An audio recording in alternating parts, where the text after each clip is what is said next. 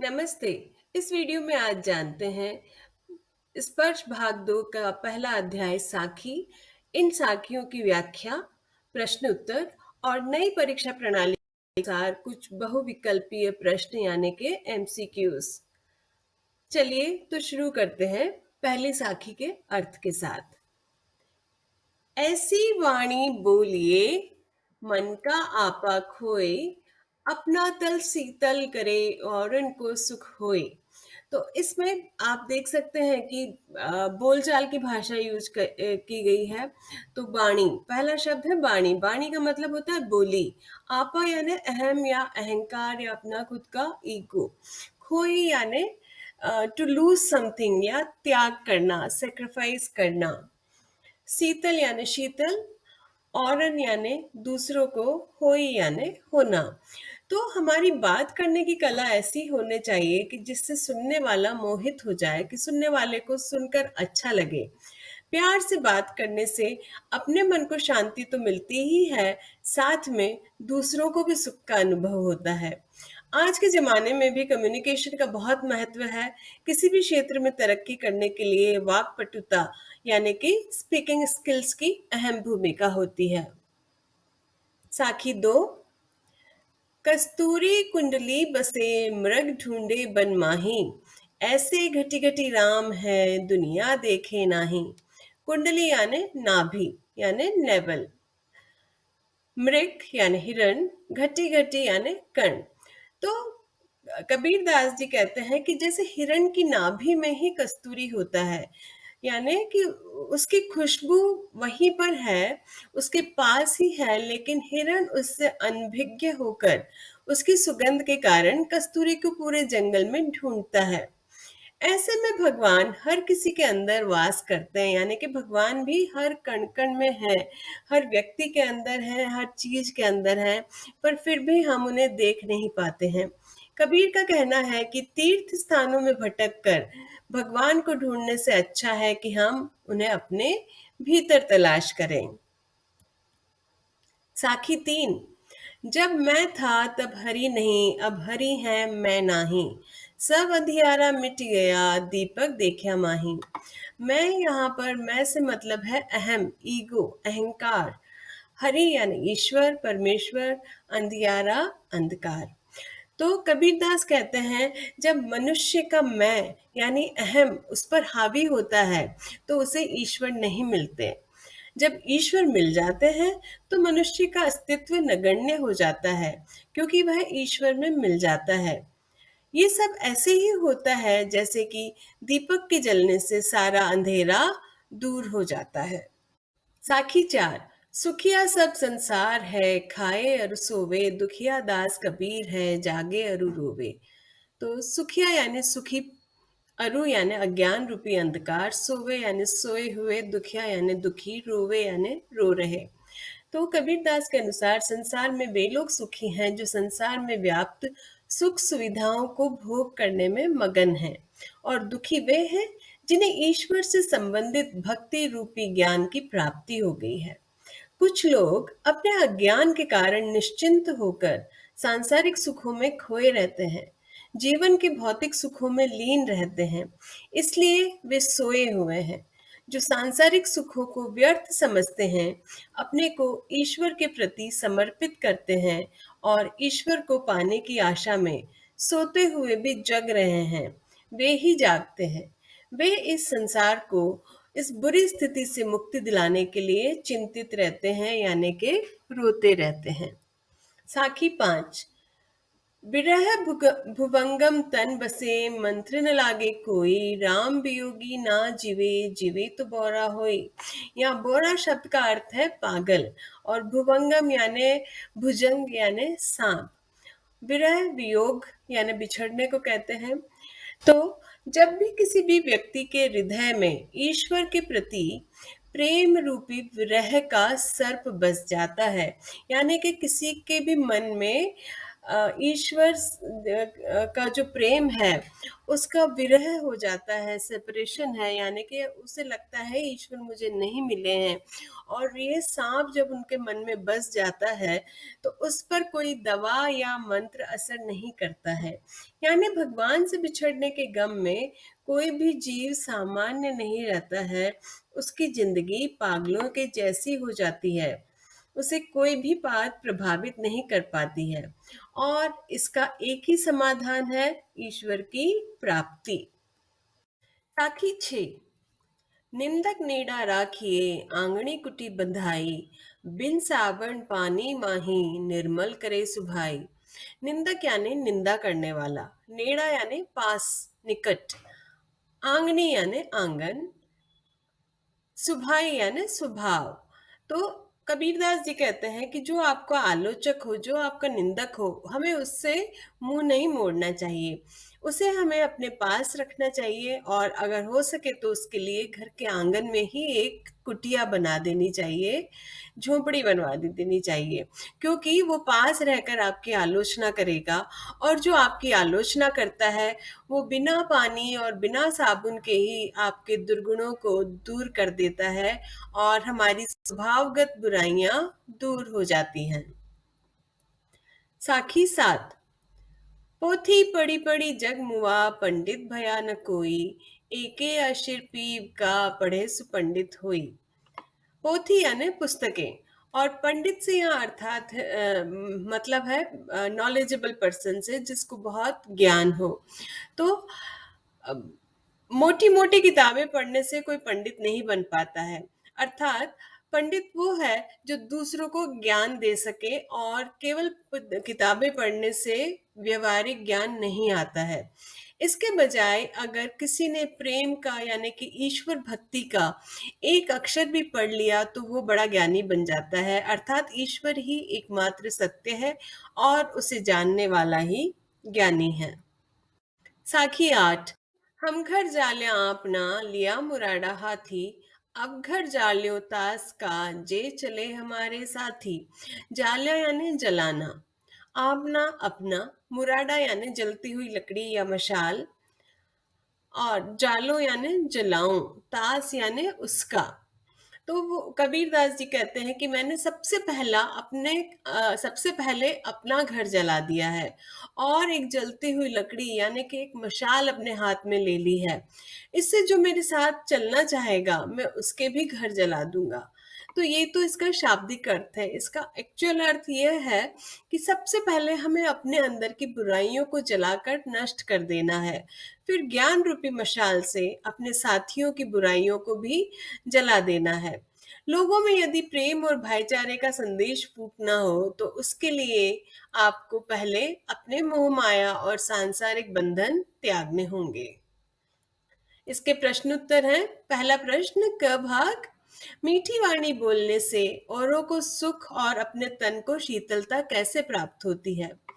कबीरदास जी के अनुसार जब आप दूसरों के साथ मीठी भाषा का उपयोग करोगे तो उन्हें आपसे कोई शिकायत नहीं रहेगी, वे सुख का अनुभव करेंगे। और जब आपका मन शुद्ध और साफ होगा तो आपका तन भी शीतल रहेगा। दीपक दिखाई देने पर अंधियारा कैसे मिट जाता है? साखी के संदर्भ में स्पष्ट कीजिए। तीसरी साखी में कबीर का दीपक से तात्पर्य ईश्वर दर्शन से है। गहरे अंधकार में जब दीपक जलाया जाता है तो अंधेरा मिट जाता है और उजाला फैल जाता है। कबीरदास जी कहते हैं कि उसी प्रकार ज्ञान रूपी दीपक जब हृदय में जलता है तो अज्ञान रूपी अंधकार मिट जाता है। मन के विकार अर्थात संशय, भ्रम आदि नष्ट हो जाते हैं, तभी उसे सर्वव्यापी ईश्वर की प्राप्ति भी होती है। प्रश्न 3। ईश्वर कण कण में व्याप्त है, पर हम उसे देख क्यों नहीं पाते?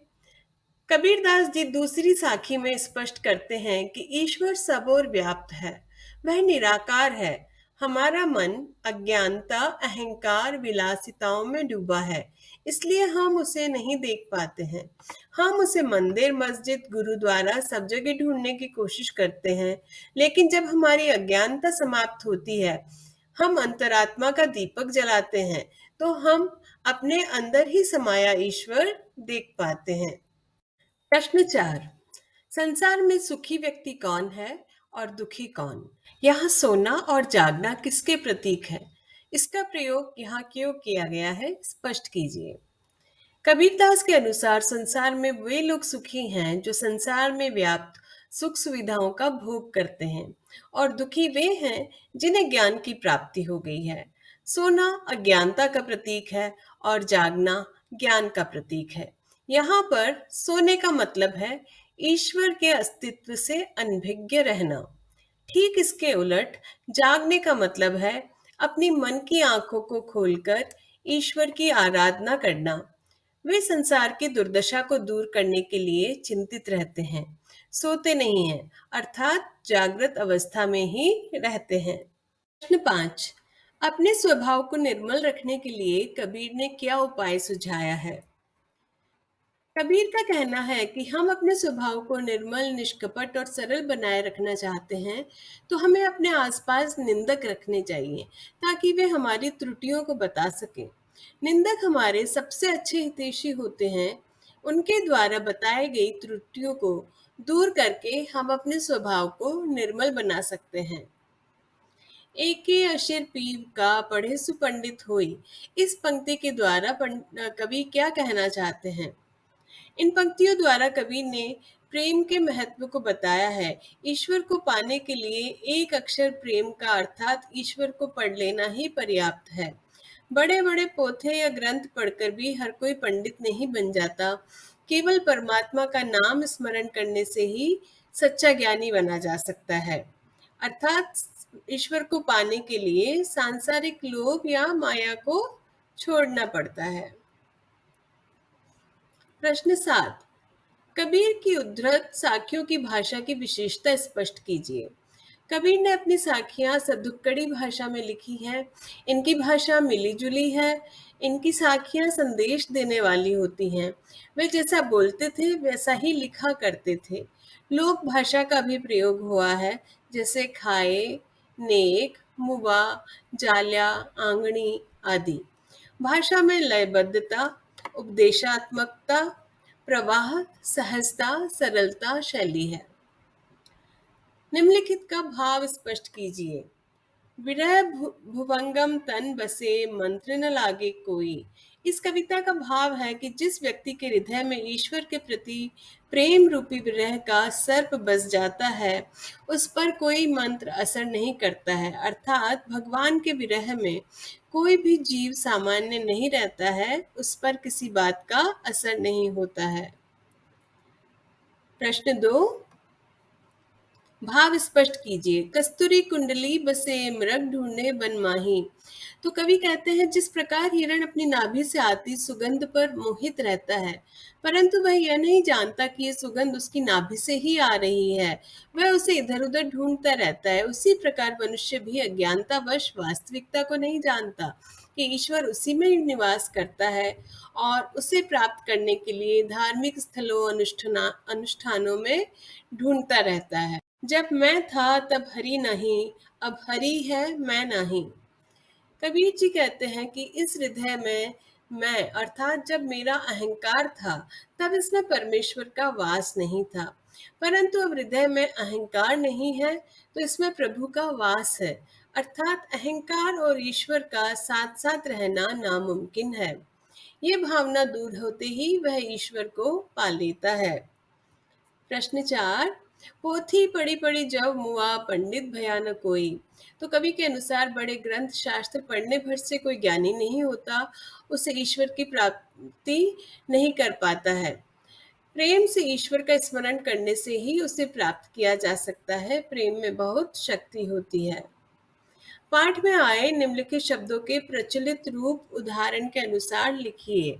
जैसे जीवे को मतलब है जीना, औरन यानी औरों का, माही यानी के अंदर, में, देखा देखा, भुवंगम सांप, नेड़ा निकट, आंगनी आंगन, साबन साबुन, मुआ मुआ, पीव प्रेम, जालो जलना, तास उसका।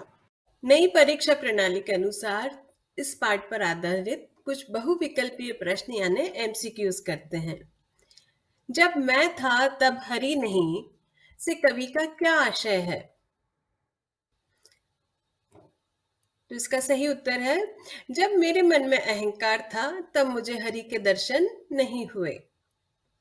अगला प्रश्न, अहंकार समाप्त हो जाने पर कवि का जीवन कैसा हो गया है?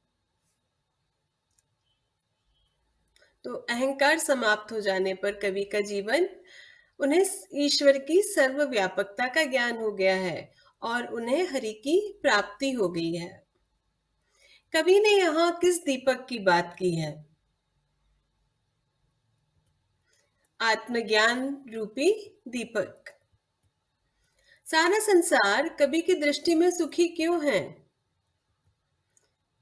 क्योंकि उनको कोई चिंता नहीं है, क्योंकि वे भोग विलास में लिप्त हैं, क्योंकि उनके लिए भोग विलास ही सुख है। तो उपर्युक्त सभी कथन सत्य हैं। कबीर क्यों जागते और रोते हैं? कबीर को समाज की चिंता है, वे समाज को देखकर रोते हैं। अगला प्रश्न है, हमें कैसी वाणी बोलनी चाहिए? तो हमें मीठी वाणी, अहंकार से रहित वाणी बोलनी चाहिए। मीठी वाणी बोलने से क्या लाभ होता है? अपने मन को आनंद मिलता है, मन का अहंकार नष्ट होता है, सुनने वाले को सुख पहुंचता है। आप इनमें से कोई भी एक उत्तर दे सकते हैं। कस्तूरी कहाँ होती है? हिरण की नाभि में। लिए क्या करता है? वह वन वन भटकता फिरता है, वह अज्ञान के कारण जान ही नहीं पाता कि कस्तूरी कहाँ है। कबीर दास जी ने कस्तूरी मृग का उदाहरण क्यों दिया है? यह बताने के लिए कि ईश्वर हमारे हृदय में है। जिस प्रकार कस्तूरी हिरण की नाभि में होती है और वह अज्ञानतावश नहीं जान पाता, उसी प्रकार हम अपनी अज्ञानता के कारण अपने हृदय में स्थित ईश्वर को नहीं देख पाते। विरह रूपी सर्प की क्या विशेषता होती है?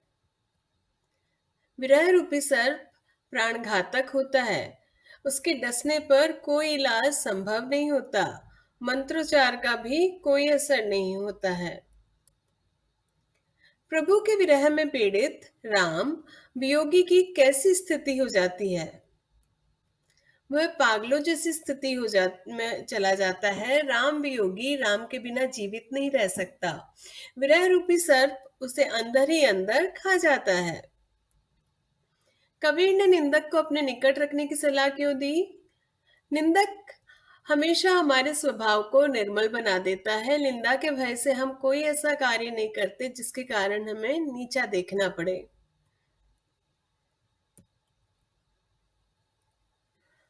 हम अपने स्वभाव को किस प्रकार निर्मल रख सकते हैं?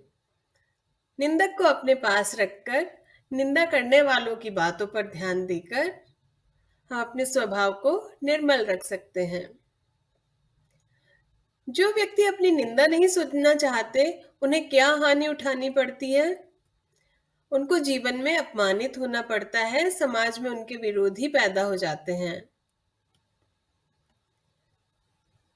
ओके, पोथी पढ़ी पढ़ी जग मुआ, पंडित भया न कोई, एके आखिर पीप का पढ़े सु पंडित होई। हम घर जाल्या अपना, लिया मुराड़ा हाथी, अब घर जालो तास का, जे चले हमारे साथी। इसकी कवि और कविता का नाम बताइए। तो कवि है कबीरदास। पोथी पढ़ने से पंडित क्यों नहीं हुआ जाता? पोथी केवल अक्षर ज्ञान कराती हैं और मनुष्य के स्वभाव को नहीं बदलती। कबीर के अनुसार कौन पंडित बन सकता है? जो परमेश्वर के नाम को अपने हृदय में धारण कर लेता है, जो सार तत्व को ग्रहण कर लेता है, वह पंडित बन सकता है। घर जलाने से कबीर का क्या आशय है? अपने मन से माया मोह को निकाल देना, अपने को ईश्वर भक्ति में लगा देना। अब घर जालो तास का, जो चले हमारे साथी, पंक्ति का क्या आशय है? कवि कबीर भगवान भक्ति का आनंद अकेले नहीं लेना चाहते। कबीर उन ईश्वर भक्तों को भी इस मुहिम में शामिल करना चाहते हैं जिन्होंने अपने हृदय से मोह माया को निकाल दिया है। राम वियोगी का जीवन कैसा हो जाता है? जीवन दुश्वार हो जाता है, विरह रूपी सर्प उसको निरंतर डसता रहता है। मीठी वाणी बोलने से औरों को सुख और अपने तन को शीतलता कैसे प्राप्त होती है? मीठी बोली बोलने से हमारा अंतःकरण प्रफुल्लित हो जाता है, क्रोध एवं घृणा का भाव नष्ट हो जाता है, सुनने वाले के हृदय में प्यार उमड़ने लगता है। ईश्वर कण कण में व्याप्त है, पर हम उसे क्यों नहीं देख पाते? हम अज्ञानता के कारण ईश्वर को इधर उधर ढूंढते हैं। ईश्वर प्रत्येक जीव के अंतःकरण में निवास करता है। मनुष्य अपने अंतःकरण में झांक कर देखेगा तभी ईश्वर मिलेंगे। संसार में सुखी व्यक्ति कौन है और दुखी कौन? जिसे किसी प्रकार की चिंता नहीं है वह सुखी है। संसार में फैली अज्ञानता और मनुष्य को मोह माया से ग्रसित देखकर जो चिंतन करता है वह दुखी है। अपने स्वभाव को निर्मल बनाने के लिए कबीरदास जी ने क्या सुझाव दिया? निंदक को पास रखने का सुझाव दिया। ऐसे कार्य करना जिससे निंदक को आलोचना का मौका न मिले, अनुचित कार्य न करने से हमारा स्वभाव निर्मल हो जाता है। एके आखर पीप का पढ़े सुपंडित होई। इस पंक्ति द्वारा कवि क्या कहना चाहते हैं? परमेश्वर से किया गया थोड़ा सा साक्षात्कार भी व्यक्ति को प्रभु प्रेम में मस्त बना देता है। सच्चे हृदय से प्रभु का स्मरण भक्त को भक्ति में लीन कर देता है। तो आशा है आज का ये वीडियो आपको पसंद आया होगा। पसंद आया है तो इसे सब्सक्राइब जरूर कीजिए और बेल आइकन को दबाना ना भूलें। Thank you.